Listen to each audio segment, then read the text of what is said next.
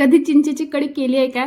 चला तर मी तुम्हाला दाखवते. काही नाही, इतकी सोपी आहे आणि इतक्या कमी वस्तूमध्ये बनणारी आहे ना. तर याच्यासाठी फक्त तिखट, मीठ, हळद आणि छोटासा कांदा आणि कोथिंबीर इतकंच लागतं. तर पहिले हे तिखट मिठाला असं भिजवून घ्यायचं, नाहीतर तेलामध्ये एकदम असं धुवा. आणि त्यानंतर मग कढईमध्ये तेल टाकायचं थोडंसं आणि त्यानंतर जिरे आणि जो बारीक चिरलेला कांदा होता ना तो टाकून घ्यायचा आणि जे पण आपलं मिश्रण केलेलं होतं तिखट, मीठ आणि हळद ते टाकून घ्यायचं. तर बघा किती धुवा निघला ना. मी इतकं कमी गॅस केलं तरी पण. आणि त्याला थोडा वेळ शिजू द्यायचं हे मिश्रण. त्यानंतर जी भिजवलेली चिंच होती ना ती टाकून द्यायचं व्यवस्थित, त्याचा पल्प वगैरे काढून. आणि बुकडी वगैरे नाही येऊ द्यायचे, ते असं शिजून जातं. आणि त्यानंतर आहे ना आमच्या गावाकडे ही एक भाजी आहे रानभाजी म्हणून, तर हिच्यासोबत ते चिंचाची कढी जास्त करून खातात. तर इकडे काय म्हणतात माहिती. आणि तसं पण उन्हाळ्यामध्ये असं इतकं पण काही खाऊ पिऊशी नाही वाटत. एक तर भाज्या पण चांगल्या येत नाही मार्केटमध्ये, तर म्हणूनच आमच्या गावाकडे ना जास्त कढी म्हणा या कैरीची चटणी किंवा आंबील असे काही पदार्थ करून खातात. तर बघा झाली कढी. आता हिला काही शिजवायची वगैरे गरज नाही. कोथिंबीर टाकायचं आणि जो उभा चिरला कांदा होता ना तो टाकून द्यायचा.